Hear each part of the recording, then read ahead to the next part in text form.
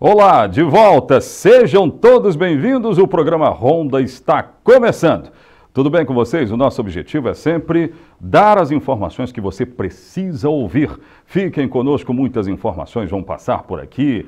Nós vamos atualizar casos que o linharense está acompanhando desde há algum tempo no nosso programa. O caso, por exemplo, do piloto e o amigo dele que acabaram saindo há 13 dias atrás de casa em um voo de uma aeronave ultraleve e ainda não retornaram. Não há informações ainda das autoridades sobre o que pode ter acontecido. Hoje eu ainda vou atualizar este caso, mas deixa eu falar com a minha produção.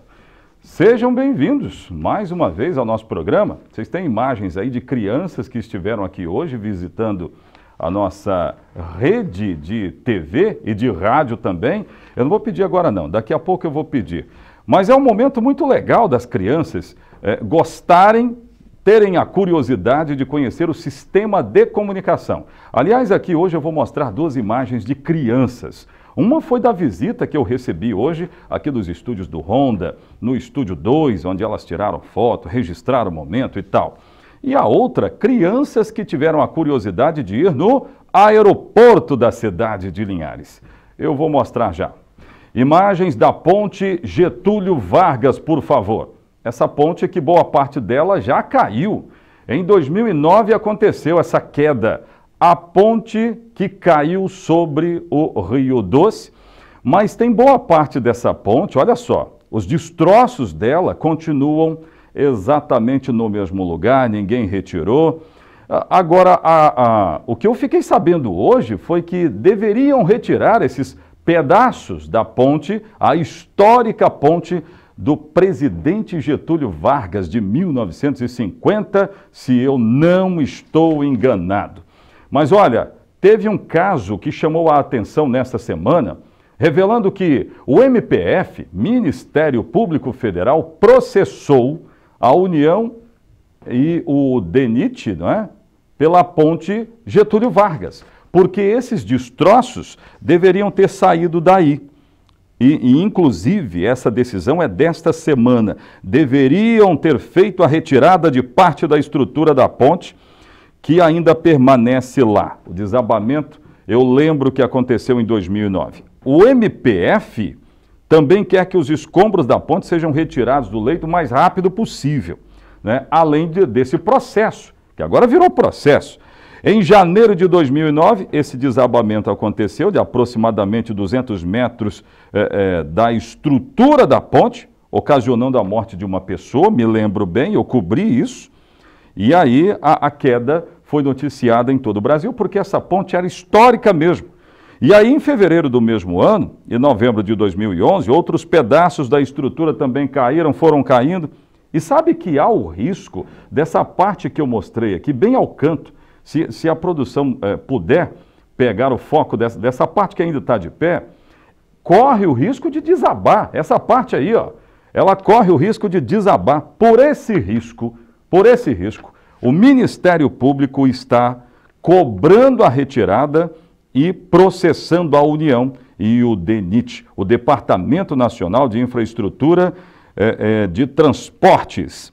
A situação, portanto, não mudou e essas ruínas da antiga ponte continuam no local com todo esse risco. E aí a gente lembra que quando veio aquela lama de Mariana, que passou exatamente por essa região, muitos acreditavam que poderia acontecer o desabamento da outra parte, que ficou de pé.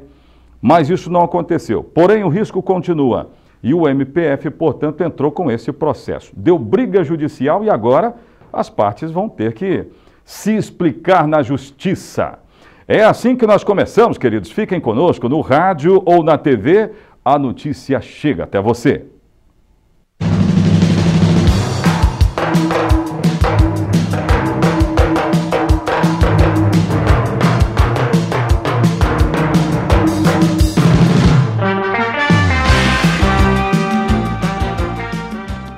Estou acompanhando tudo que se passa aqui na nossa rede social. Pode ir lá, pode interagir conosco, viu, gente?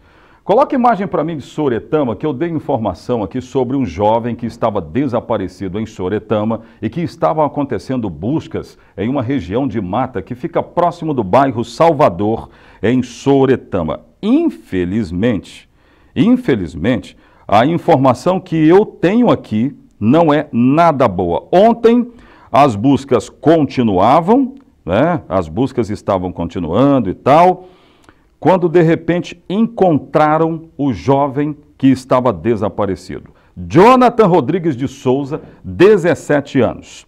Foi assassinado por amigos. Amigos desses, ninguém precisa de inimigo. Essas são informações que foram colhidas, apuradas pelo programa Ronda, que ele estava com amigos no momento do desaparecimento. Eles teriam atraído Jonathan para uma região de mata, aí de Soretama, e o resultado foi essa tragédia que a gente está mostrando. Obviamente que a família agora quer justiça, sem dúvida alguma quer justiça. Quem é que cometeu essa atrocidade? A informação que nós temos, Delegacia de Polícia, essa aí, ó, já começou a investigar o caso desde ontem, o encontro foi ontem, e desde ontem as informações estão sendo apuradas. Nós tivemos acesso à informação de que 3 pessoas acusadas de envolvimento, nesse caso aí, já estão presas. Tomara que haja uma resposta rápida para moradores aí de Soretama, que, se não estou enganado com essa morte aí confirmada, são 4 homicídios. Olha bem, hein? 4 homicídios em 15 dias em Soretama. O que está acontecendo com essa cidade de Soretama? 4 homicídios em 15 dias. Isso não aconteceu em lugar nenhum do estado do Espírito Santo. Mas agora já tem uma investigação bastante adiantada, de acordo com a própria Polícia Civil, e nós lamentamos a morte de um jovem de 17 anos, que tinha tudo pela frente, mas destino muito cruel. Eu não vou entrar em detalhes, né? Estava assim, estava assado, estava pelo caminho X ou caminho Y, porque eu acho que as pessoas têm que ter chance de mudar, de qualquer situação, de qualquer hipótese, né? E um caso desse é muito brutal, Os responsáveis têm que pagar, e nós estamos daqui acompanhando todo esse caso aí. Vamos falar de reforço nas eleições. A Polícia Militar, tanto de Linhares como de todo o estado do Espírito Santo, estão se preparando para as eleições do próximo domingo. Mas a movimentação já começa no sábado, véspera das eleições. Primeiro, no âmbito estadual, eu quero ter essas informações. Eu tenho aí, produção? Se tiver, põe no ar. A operação da Polícia Militar contará com mais de 5.000 policiais, que atuarão nos locais de votação e a apuração dos votos em todo o estado. O esquema de segurança foi definido pelo comando da PM, juntamente com o Tribunal Regional Eleitoral, e foi anunciado nesta terça-feira pelo comandante-geral da Polícia Militar. Já estaremos à disposição a partir do sábado, das 7 horas da manhã, à disposição do TRE, à disposição dos locais que estão sendo montados para quaisquer acionamentos, mas o grosso mesmo da tropa trabalhará no domingo, no primeiro turno então, e no segundo turno, consequentemente, se houver, também estaremos com todo o planejamento montado aos moldes que está acontecendo agora. Só na Grande Vitória, a Polícia Militar vai garantir a segurança em 501 locais de votação. Para que tudo transcorra dentro da normalidade, um gabinete de crise será montado aqui no quartel da PM em Vitória. Além do monitoramento na região metropolitana, centros de comando serão montados no interior. 78 municípios, a Polícia Militar presente em todos os locais de votação. Temos o nosso gabinete de crise da Polícia Militar, temos o gabinete de crise em cada local desse regional que nós chamamos, que é o Regional Sul, Norte, Noroeste e o Serrano. Estaremos linkados aqui com a Polícia Militar, com a Secretaria de Segurança Pública, com o gabinete de decisão do secretário e o comando de controle da Polícia da Secretaria de Segurança Pública. Então, essas demandas vão seguindo o fluxo até a sua resolução final. O comandante garante que, mesmo com o reforço policial, a população não ficará desassistida.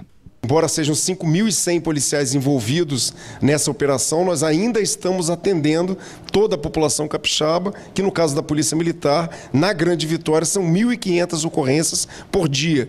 Então isso é uma demanda violenta de planejamento, de execução, de dedicação da nossa tropa, de contribuição da Polícia Militar para que o pleito eleitoral transcorra dentro da democracia esperada pelo povo brasileiro. Muito legal. Antes de completar a informação dessa matéria, quem é que está me vendo lá no Hospital Rio Doce? É o Fantin. Fantin, sinta-se abraçado por esse amigo seu. Estou te aguardando aqui, nós vamos falar sobre um encontro que vai acontecer, que te envolve, hein? É uma super festa que vai acontecer. Está marcado para amanhã, espero te ver. Quem é que está me vendo lá no restaurante Deguste, gente? Quem é, me informe aí, é o Itamar, né? Itamar, sinta-se abraçado por todos aqui no nosso programa, tá legal? Coloque imagem agora da polícia nas ruas, dessa matéria que nós trouxemos aí.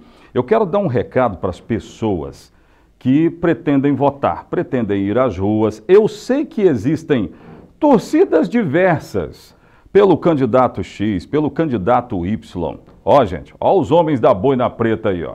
Se vocês forem para as ruas para brigar pelo seu candidato, tem gente que fala assim, ó, o meu tem que ganhar, é melhor, e se você pensar diferente, vai entrar na pancada. Não pensem assim, porque a polícia vai agir com muito rigor. E eu fico torcendo para que haja sim esse rigor, para que a calmaria impere na nossa região. É necessário, né, gente? É uma situação de democracia, é um Estado democrático. Eu estou vendo algumas pessoas se degladiarem, olha que bonita a imagem da Polícia Militar. Pessoas se degladiando nas redes sociais, brigando, perdendo amizade. Meu Deus do céu, ó, coloca na cabeça de vocês que eleição é de 4 em 4 anos, já começa aí. Eleição é de 4 em 4 anos. Passa domingo, daí a 3 anos e meio, os caras voltam para pedir voto, amigo.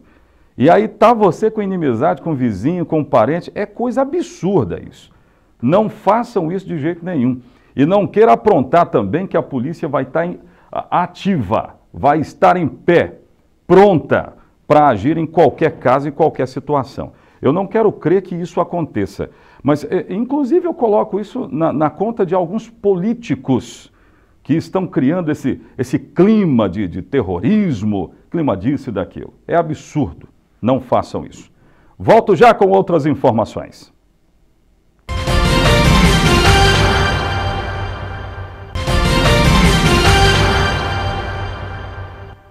De volta com o nosso programa, gente. Ó, claro que Linhares também vai ter o seu reforço policial nas eleições. A Polícia Militar, inclusive, ela vai estar comigo amanhã, aqui nos estúdios, onde ela vai mapear a sua ação, tanto em Linhares, Soretama e também Rio Bananal. Recado ainda precisa ser reforçado. Não pense em aprontar nessas eleições. Pensa nisso não. Vai lá e vota e vai embora. Esses políticos que colocaram esse clima ruim na sociedade, olha que eu estou falando de Brasil, né? Cabe a nós agora pensar diferente, né? Não brigar com o irmão, não brigar com o vizinho, não brigar com ninguém. Vai lá e vota e vai para casa e aí vamos ver que resultado vai dar.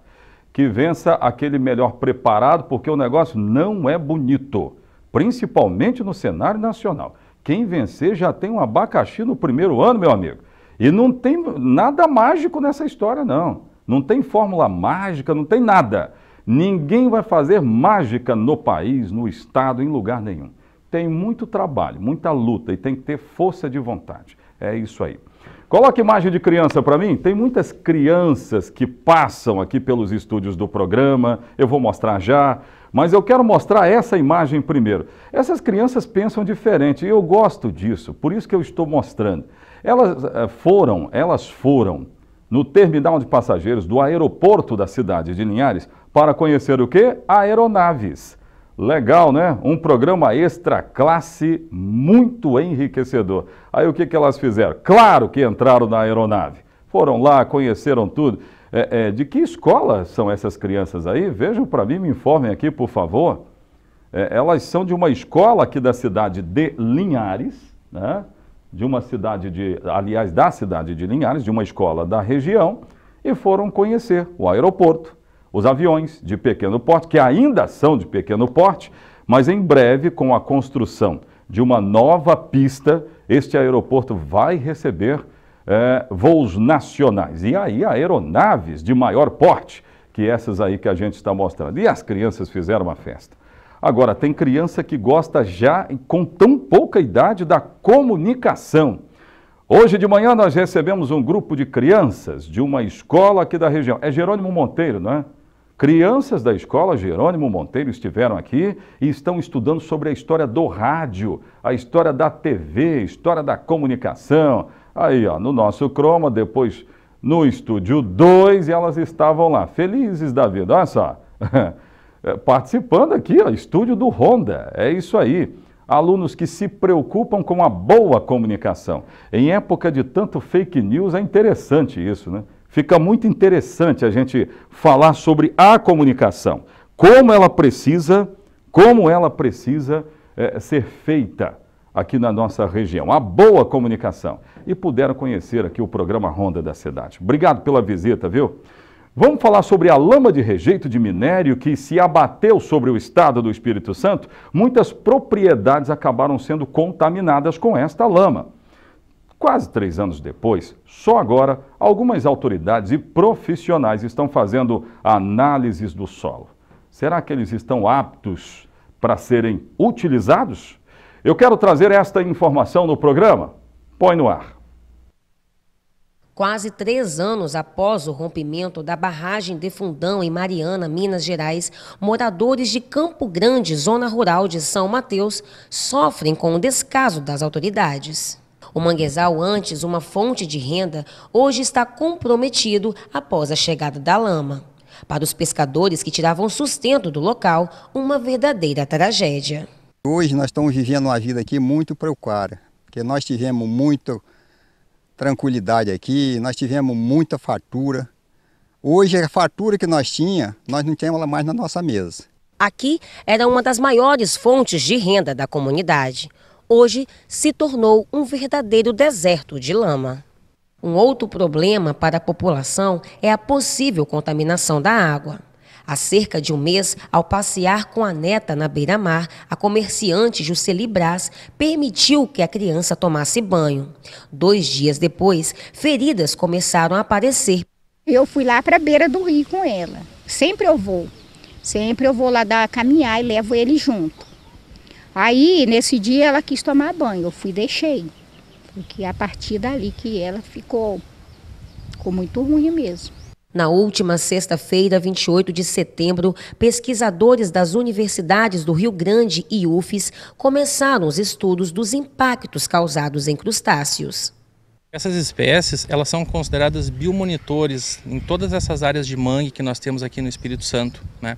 Nós estamos coletando desde Aracruz, em Coqueiral, e vamos subir até Caravelas, no sul da Bahia, onde nós vamos coletar essas 2 espécies que são clássicas aqui da região costeira e região de mangue. E elas são consideradas espécies biomonitoras, ou seja, é a partir delas que nós vamos inferir se realmente está tendo algum impacto os rejeitos lá de Mariana. Enquanto a população cobra que os estudos sejam realizados em outros pontos da região, uma das pesquisadoras neste momento afirma que a prioridade é que seja feita na área de maior impacto. A seleção das áreas para o caranguejo, no caso específico, foi feita porque a gente parte do princípio de que se eu tenho uma entrada de boca aqui, a probabilidade da contaminação da fauna acontecer nessa entrada de boca é muito maior do que nas regiões mais internas, né? Esse material que o professor Márcio está coletando, vocês viram, é uma expedição caríssima, são técnicas extremamente caras, então nós temos que privilegiar a informação aonde nós podemos confirmar a maior chance de acontecimento. Então nada melhor do que a boca, né, do estuário. Então não adianta a gente gastar um dinheiro público, né, porque isso é proveniente das indenizações que a Samarco está fazendo em função disso, então esse dinheiro ele é público, numa situação que às vezes aonde se coleta pelo desejo muito da comunidade, não tem a contaminação e em outras áreas frontais que não se foi avaliado tem a contaminação. Após a tragédia de Mariana, a Fundação Renova ficou responsável para realizar o cadastramento das comunidades atingidas e o pagamento do auxílio aos pescadores. No entanto, de acordo com o presidente da Associação de Moradores, muitas famílias ainda estão sem receber o benefício. Nós temos mais ou menos aí mais de 5 mil pessoas dentro de São Mateus, que pega de Urusquara até São Miguel e Guriri, e até hoje foi pago aí 266 cartões, onde que 26 é só de Campo Grande. Agora nós temos quantas famílias aí, um pega um dinheirinho e outros não pega. Então isso cria um clima muito ruim, porque você é triste você ver você comendo um pouquinho aqui e vendo o outro não comendo nada. Então a Renova e essa marca, essa energia, só está empurrando com a barriga, só empurrando, e até hoje não resolveu a situação do pessoal dessa região daqui. Pois é. É um caso dramático, né? Esse pessoal que apareceu aí vive exatamente dessa região toda. Aí não podem mais extrair o sustento de lá porque há uma análise que diz que pode haver rejeito de minério. Olha que situação difícil. Ficou muito complicado, né não? Ó, daqui a pouco eu vou lembrar um caso, uma tragédia lá na Grande Vitória, de alguns anos atrás, que revela a morte de uma empresária, que foi morta por um morador de rua que utilizou um vergalhão. Você deve se lembrar disso. O grande detalhe foi o que aconteceu no entorno disso tudo. Uma diarista, se aproveitando da movimentação de socorre daqui, a notícia da morte, entrou no apartamento dessa empresária e aproveitou para roubar joias. Eu vou contar esses detalhes daqui a pouco no Ronda, não saia daí, eu volto já já.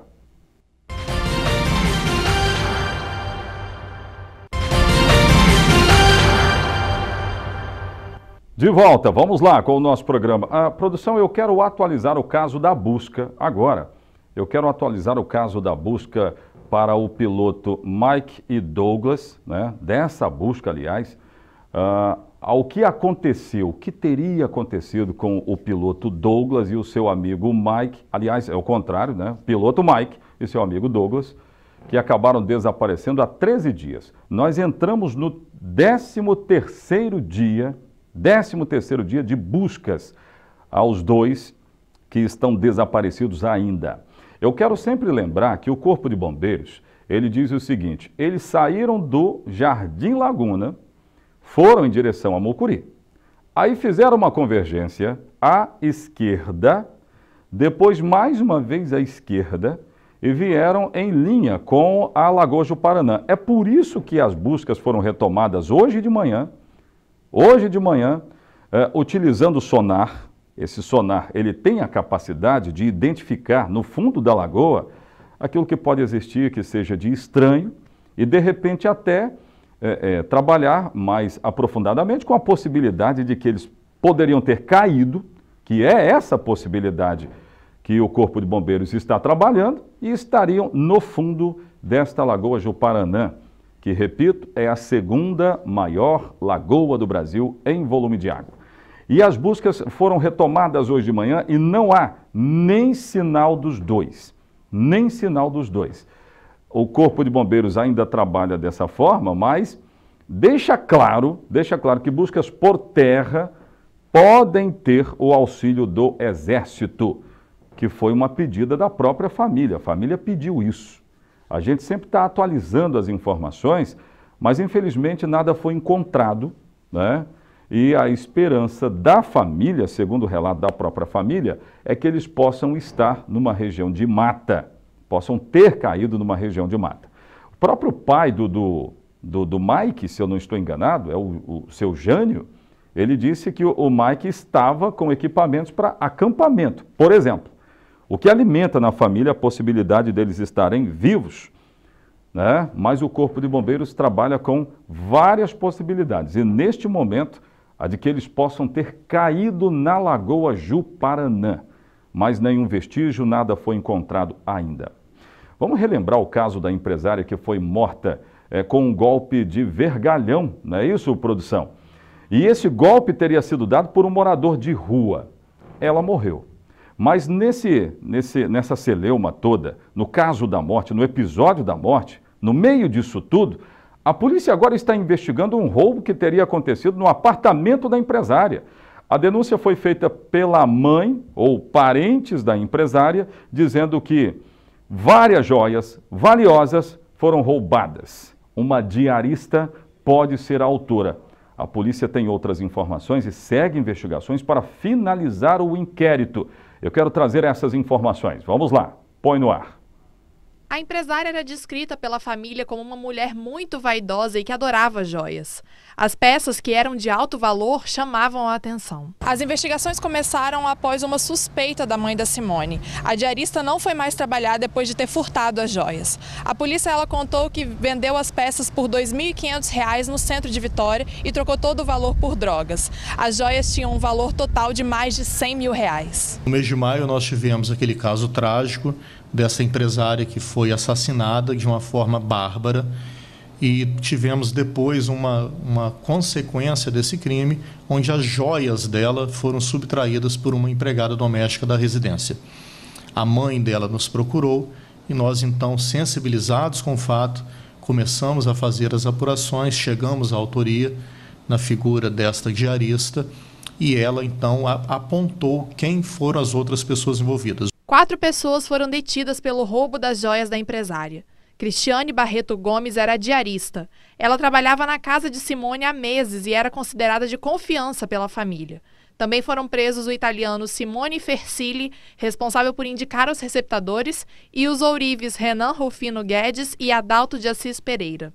Esse italiano, amigo desta mulher que subtraiu as joias, ele disse que teria 2 receptadores, apresentou a ela então, juntamente com esse italiano, foi até os receptadores e vendeu as joias. As mais de 30 peças roubadas da empresária não foram encontradas. O delegado disse que elas possivelmente foram vendidas para receptadores de fora do estado. Essas joias furtadas da empresária são joias muito específicas, de uma joalheria famosa.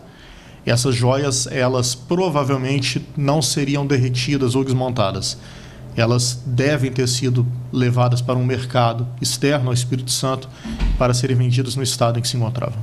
Com Renan e Adalto, a polícia encontrou centenas de joias roubadas de outras vítimas. São anéis, colares, brincos e algumas peças muito específicas, como esses pingentes em formato de saxofone e de trompete. A polícia pede que quem tiver sido roubado e reconhecer esses objetos entre em contato imediatamente com o DPJ de Vila Velha. Esses ourives já têm passagem por receptação anterior, então essas joias todas foram apreendidas, serão disponibilizadas à Justiça. Estamos exibindo as joias para que os espectadores, caso reconheçam algumas como sendo objeto de furto, nos procurem. Eu disse que essa morte, a morte da empresária, aconteceu há alguns anos, mas risca, viu? Há alguns meses atrás. Essa é a informação correta, portanto. O inquérito agora está sendo finalizado pela Polícia Civil. O Ronda fica por aqui, obrigado pelo carinho da sua audiência. Nós voltaremos amanhã, se o nosso sublime Deus assim permitir. Até amanhã. Tchau, tchau.